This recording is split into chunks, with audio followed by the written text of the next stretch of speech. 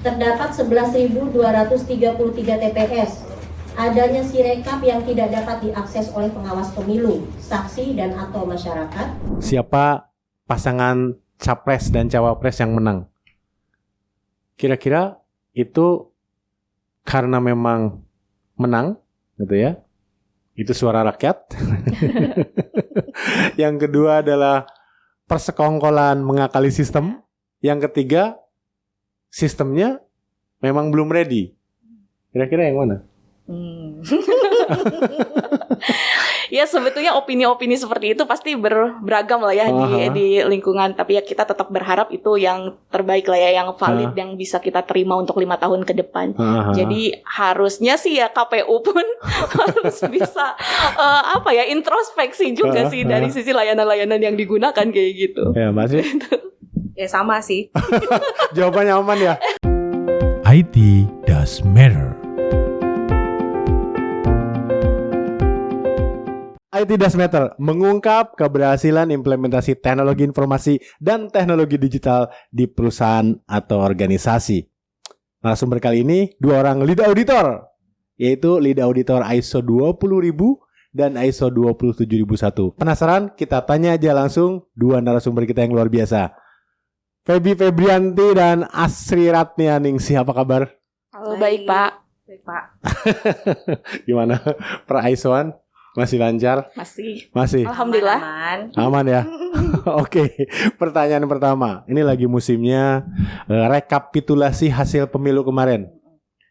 Nyoblos nggak? Nyoblos ya. Data di TPS sama dengan yang di Sirekap, Sistem Informasi Rekapitulasi KPU? Belum tahu ya, karena belum semuanya terekap ya. Belum semuanya. Tapi kemarin ada isu bahwa ada perbedaan antara data C1 di TPS yang dipoto, diupload dengan hasil konversinya. Itu kan OCR ya. Dikonversi jadi angka atau nilainya itu tidak sesuai.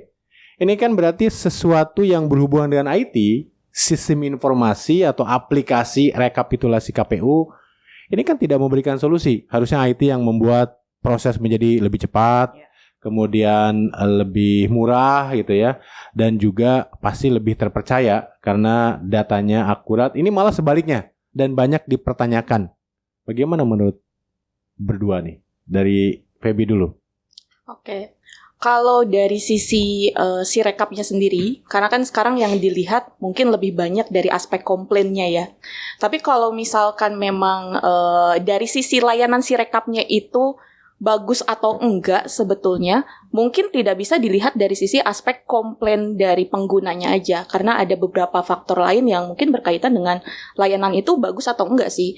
Aspek keandalannya pasti harus dicek, kemudian capacity-nya, availability-nya, kemudian security-nya yang selalu digadang-gadang itu kan yang menjadi isu. Kemudian juga ya terutama responnya untuk merespon setiap kemungkinan isu-isu yang terjadi di lapangan pada saat itu di launching sih. Harusnya sih kayak gitu ya. Setuju nggak Mbak Sri? Setuju sih. Jadi kalau dari sisi layanan kan sebenarnya ujung-ujungnya adalah bagaimana organisasi itu memberikan atau mendeliver layanannya sehingga pengguna-pengguna layanan itu satisfied dengan apa yang disampaikan gitu. Kalau dengan sekarang dilihat dari banyaknya komplain, apalagi komplainnya teknis ya kelihatan kalau misalnya juga sistemnya belum siap, itu yang pertama. Terus dari sisi sistem manajemennya tadi yang Feby sampaikan, dari sisi sistem manajemennya komplain handlingnya itu kayak nggak kelihatan gitu Pak. Jadi menurut saya ya belum siap untuk diluncurkan sih, jelek sih. Ya, jadi di aplikasi Play Store itu kan komen-komennya banyak ya ulasannya. Sebagian besar tidak ada yang komplain mengenai fungsionalitas. Karena mungkin fungsionalitas itu sudah dipikirkan oleh KPU, itu yang mereka butuhkan, gitu kan.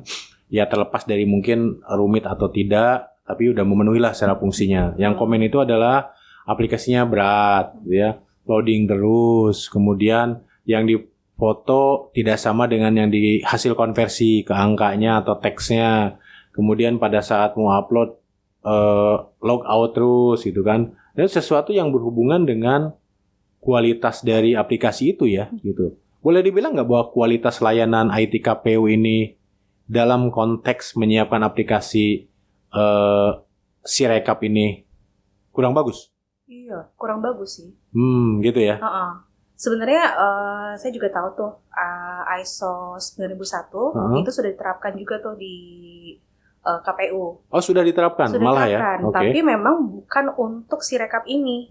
Gitu. Jadi kalau yang saya tahu itu terkait dengan dokumentasi bagaimana penyuluhan dan lain-lain. Padahal kalau misalnya dilihat dari sisi layanan utamanya KPU itu adalah untuk pemilu kan Pak. Gitu. Jadi menurut saya ya harus diterapkan juga untuk Sirekap ini sih salah satu metode untuk pengecekan ya dari sisi kualitasnya.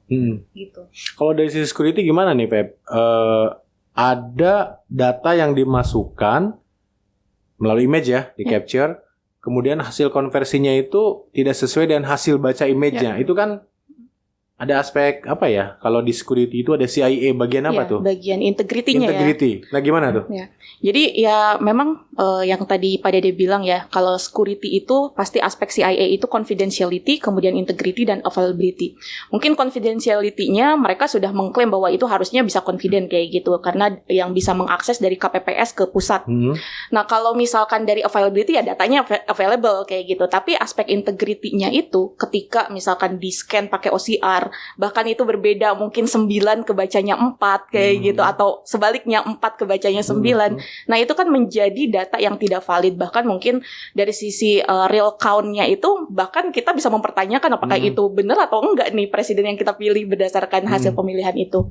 Jadi memang aspek keamanan informasi ini menjadi sangat kritis ya, terutama untuk aplikasi-aplikasi publik yang bahkan dipakainya masif semua wilayah Indonesia, KPPS-nya menggunakan itu secara mobile kayak gitu sih. Oke, jadi kalau boleh dibilang Sirekap ini adalah salah satu layanan IT KPU. Ya. Which is kalau dalam konteks pemilu ini boleh dibilang gagal ya. Gagal ya. Iya sih. Iya kan? Ya sekarang masih dipakai kan. Betul. Tapi dengan komplain-komplain itu maka dipertanyakan dong, gitu ya. Ini gimana nih? Mereka harus percaya atau tidak gitu ya. Bahkan karena ada ketidaksesuaian, bisa jadi kan ada kalau di saya melihatnya nih, bisa jadi ada yang menganggap bahwa jangan-jangan nih paslon tertentu gitu. Ya. Kong kali kong dengan KPU untuk pemenangan paslon yang mereka usung. Benar nggak seperti itu? Ada mempertanyakan seperti itu gitu. Jadi nggak yakin gitu. Indikasinya seperti itu. Akhirnya yang kalah pasti mempertanyakan. Yang kalah menjadikan alasan Sirekap ini sebagai titik lemah KPU, diseranglah. Ya. Dianggapnya nanti rekapitulasi manual juga di sistemnya dicatatnya di mana, benar atau tidak. Ini untuk yang kalah nih. Kalau untuk yang diuntungkan atau menang ya, walaupun tidak diuntungkan oleh sistem atau aplikasi karena nggak ada hubungannya misalkan, ya mereka santai-santai aja gitu. Gitu kan ya? Oke. Pertanyaan saya adalah apakah aplikasi ini belum siap? Tapi aplikasi ini pernah dipakai di Pilkada tahun 2020. Dan sekarang 2024, like 4 years later gitu. 4 tahun kemudian, gimana tuh? Kalau dilihat dari 2020 kemarin juga kan banyak yang komplain-komplain juga ya. Iya. Tapi dilihat dari waktu ya, dari 2020 ke 2024 kan harusnya ada 4 tahun untuk memperbaiki nih. Nah, saya nggak tahu bagaimana tata kelola IT di KPU-nya sehingga ya Sirekapnya gitu-gitu terus gitu. Jadi harus ada tata kelolanya ya. Tata kelolanya harus dicek lagi sih, apakah sudah sesuai dengan standar misalnya kayak gitu, framework yang digunakan di global, di internasional atau belum kayak gitu. Oke. Jadi kalau kita bicara mengenai tata kelola, berarti harus ada acuannya dong ya. Kalau terkait dengan layanan maupun keamanan data, karena tadi ada aspek integrity yang ternyata tidak bisa dipastikan integritinya ya akibat perbedaan data tersebut di aplikasi sama di report hasil capturean.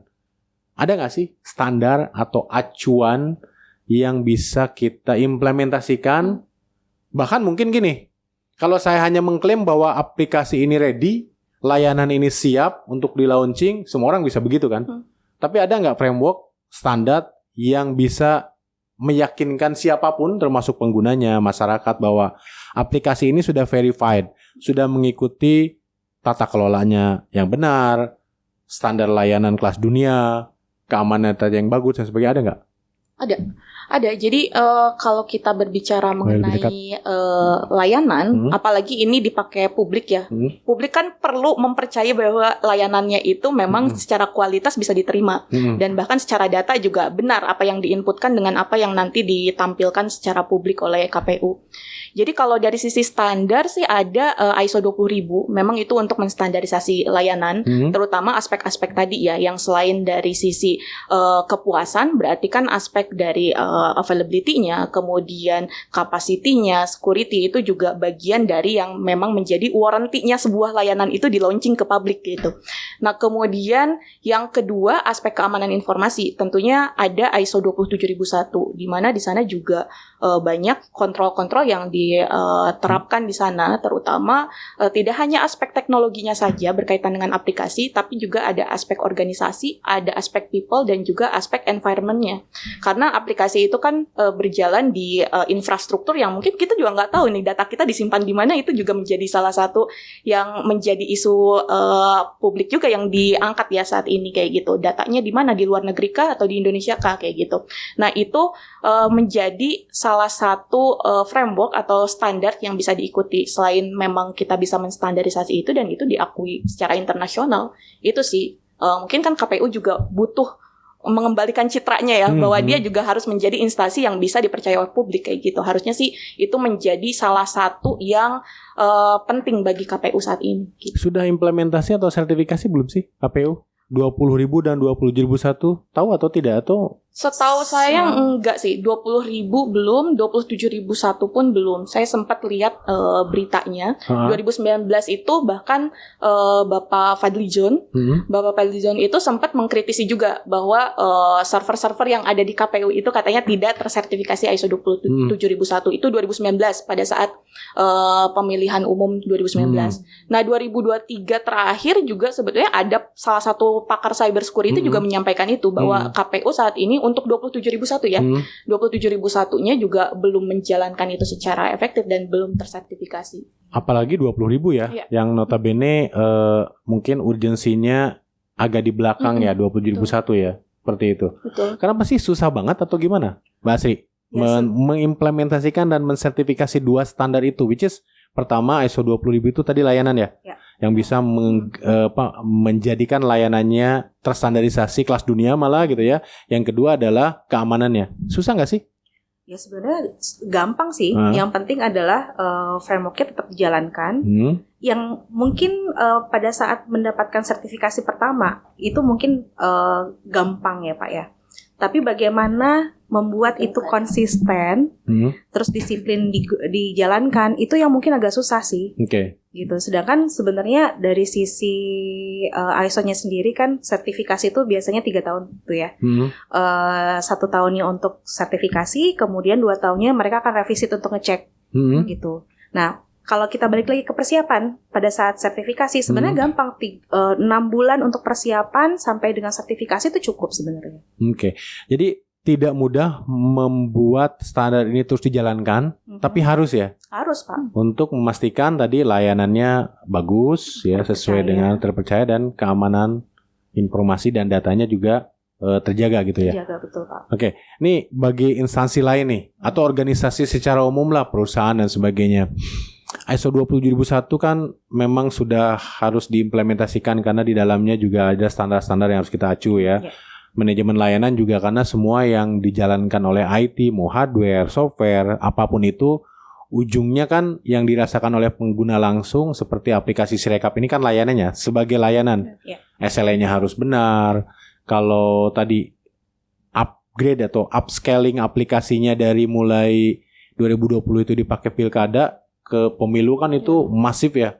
Harus benar capacity planning dan sebagainya gitu.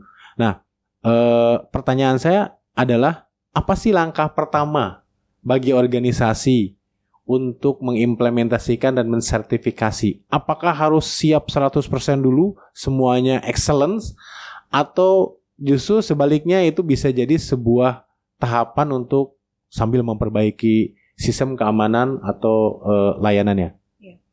Sebenarnya yang harus dilakukan di awal adalah penyusunan dokumentasi. Contohnya adalah kebijakannya harus ada. Karena segala sesuatu yang dijalankan di perusahaan pasti harus ada payungnya ya Pak ya. Jadi kebijakan, SOP, kemudian standar-standar yang mungkin diacu pada saat melakukan teknisnya itu harus ada dulu. Dan disepakati, termasuk juga dengan komitmen dari manajemennya. Gitu. Itu harus ada sehingga menjadi acuan bagi yang di bawahnya untuk menjalankan. Nah, sisanya sebenarnya apakah memang masih ada yang kurang atau tidak, ya kita bisa sambil jalan aja. Gitu, terutama misalnya contohnya yang ini belum, contohnya nih untuk layanannya itu dari sisi complaint handlingnya belum pakai sistem gitu. Ya nggak masalah, pakai manual dulu aja, yang penting sudah dijalankan. Gitu. Kemudian nextnya untuk di kemudian harinya, misalnya di tahun depannya mau ada improvement, ada tools untuk complaint handling, ya itu lebih baik gitu. Karena kan sebenarnya secara keseluruhan ISO itu mengedepankan improvement ya Pak ya, dari hari ke hari kayak gitu. Oke. Mbak Febi, banyak gak sih dokumentasi atau prosedur yang disiapkan di ISO 20000 atau 27001 ini? Sebenarnya nggak terlalu banyak sih, masih bisa dipenuhi oleh setiap organisasi. Jadi tergantung nanti skupnya seperti apa. Kalau saya biasa di ISO 27001 itu ada namanya Statement of Applicability. Jadi sebetulnya kita melihat dari kontrol-kontrol yang ada di dalam standar ISO 27001 itu mana sih yang relevan, mana sih yang applicable untuk organisasi itu. Jadi tidak serta-merta semuanya kita bisa comply atau kita bisa penuhi pada saat itu kayak gitu. Kita identifikasi. Kalau misalkan tidak menggunakan cloud karena ada annex yang berkaitan dengan cloud kan ngapain dimasukkan kayak gitu, malah nanti kita nyari-nyari dokumennya kemana kayak gitu. Jadi memang itu tergantung ke skupnya lagi sih apa kayak gitu, tapi secara dokumentasi harusnya bisa kita penuhin kayak gitu, bahkan organisasi manapun bisa dipenuhin. Dokumentasi ini tidak buat setiap tahun kan? Sekali ya? Sekali. Ya. Oke. Cuman di review gitu ya, di-update dan sebagainya, dan dijalankan yang penting ya. Yang penting dijalankan Pak. Oke. Anggap saja sebuah perusahaan sudah implementasi ISO 20000 atau 27001 seperti KPU lah contohnya. Tiba-tiba di tahun mendatang mereka akan membuat aplikasi baru. Apa sih yang bisa dikontribusikan oleh ISO 20000 atau 27001 terhadap aplikasi baru mereka sehingga kasus yang sama seperti Sirekap bahkan sampai hari H komplain di Play Store itu tentang APK-nya itu masih banyak gitu ya. Jadi pada saat dibutuhkan masih banyak isu, masih banyak bugs dan sebagainya. Itu teman-teman bisa lihat sendiri ya di aplikasi Play Store nanti ulasan-ulasannya. Dan itu ratingnya hanya 1,9. 76% memberikan bintang 1 dan 2. Dan itu sangat rendah sekali untuk aplikasi kritikal yang dipakai untuk skala nasional ya gitu. Dan menjadi pusat perhatian semua orang. Kira-kira kalau suatu organisasi katakanlah KPU tahun depan atau tahun ini mengeluarkan aplikasi baru atau layanan baru, apa sih kontribusi dari ISO 27001 dan ISO 20000 ini sehingga hal yang sama tidak terjadi? Kasih simple case saja. Seperti apa? Siapa dulu? Mungkin kalau dari sisi ISO 27001 ini kan berkaitan dengan keamanan informasi. Jadi harusnya sih dari sisi kontrol-kontrol yang berkaitan dengan keamanan informasi yang saat ini menjadi hot issue itu harusnya bisa diakomodasi dari sisi ISO 27001. Sebagai preventive action juga nih, kira-kira kita tuh punya kontrol apa saja sih? Masalah akses, masalah autentikasi dan lain-lain itu kan diatur di dalam ISO 27001. Jadi once kita misalkan mengembangkan aplikasi lain atau layanan lain, kita udah punya ininya nih, punya baseline ya. Jadi nanti improvement dari layanan yang existing yang sekarang disertifikasi, kita bisa replikasi untuk layanan-layanan lainnya kayak gitu. Oke, jadi aplikasi tersebut dari sisi keamanan, itu terjaga gitu. Betul, ya. Minimal kita sudah mengacu ke standar yang diimplementasikan berdasarkan ISO 27001. Betul. Jadi merasa aman ya. Kalau dari ISO 20000? Kalau dari sisi ISO 20000 sebenarnya ada salah satu klausul terkait dengan change management Pak. Nah, change management itu nggak hanya dari sisi aplikasi yang sudah ada, tapi aplikasi yang baru pun itu harus istilahnya di-manage ya, dikelola. Nah, pengelolaannya seperti apa? Ya harusnya sudah ada prosedurnya. Jadi dengan adanya ISO 20000 diimplementasikan, dan setiap ada perubahan, setiap ada aplikasi baru atau layanan baru mengikuti kebijakan, prosedur yang sudah ditetapkan, ya harusnya tidak terjadi lagi seperti hal ini sih. Contohnya adalah kemarin aplikasi Sirekap itu kan lambat katanya ya. Ya. Itu proses apa yang jadi kontribusi ISO 20.000 supaya tadi di skalanya kecil, tiba-tiba dipakai nasional, akhirnya lambat gitu ya? Ya. Apa? Itu biasanya di capacity manajemennya. Nah, perlu juga dicek dari sisi pengembangannya, Pak. Apakah tahapan-tahapannya sudah benar, seperti stress testnya apakah dilakukan. Terus kalau misalnya terkait dengan keamanan vulnerability-nya sudah dilakukan atau belum gitu. Sehingga ya kita harus kita tahu tuh sebenarnya kalau misalnya secara masif data sekali langsung banyak itu seperti apa load-nya dan lain-lain. Sehingga ya yang kejadian kemarin seperti yang anggota KPPS-nya nggak bisa buka, nggak bisa login kayak gitu, itu akan kejam sekali terjadi.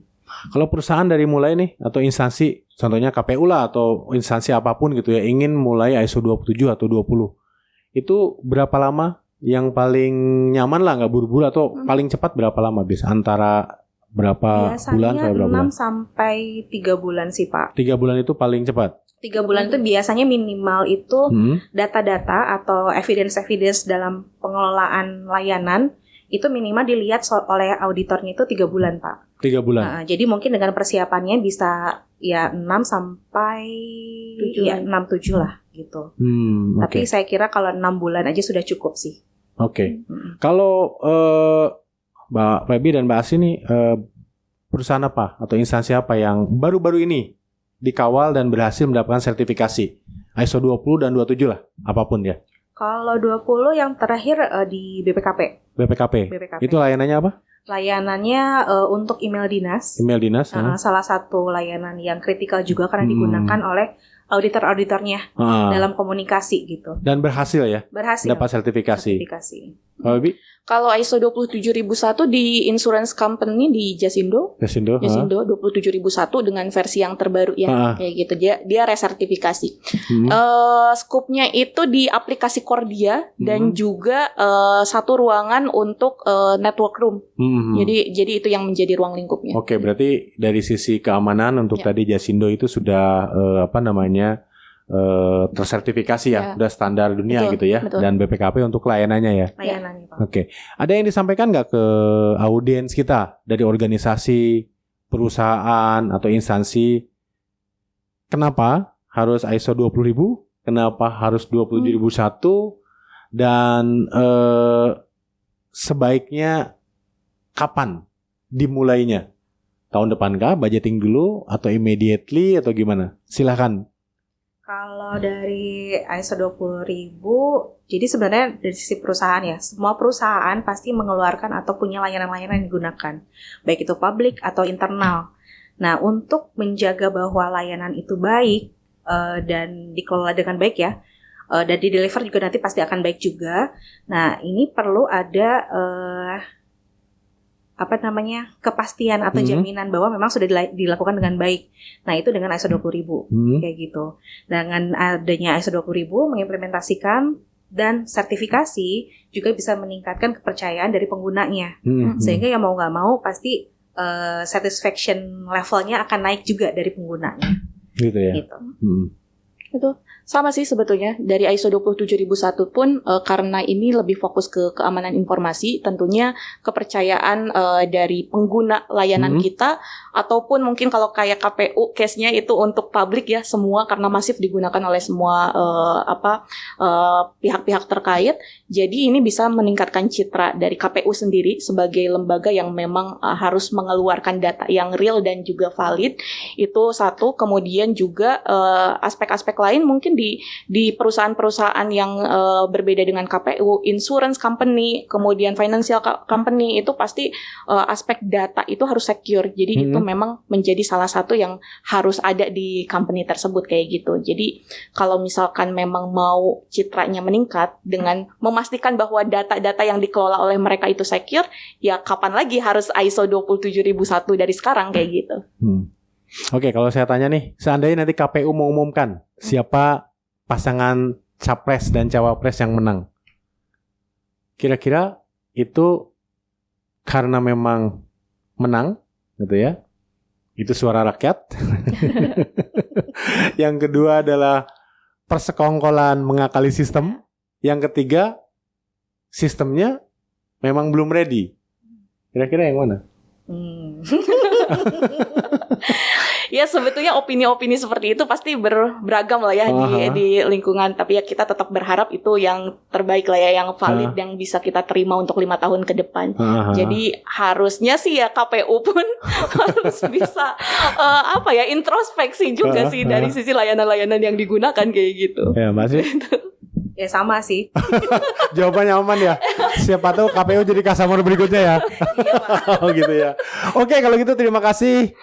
Menarik sekali pembicaraan atau perbincangan terkait dengan Sirekap dan bagaimana ISO 20000 dan 27001 bisa membantu pengelolaan layanan dan keamanan menjadi lebih baik dengan dua lead auditor kita, yaitu Mbak Asirat Yaningsih dan Mbak Feby Febrianti.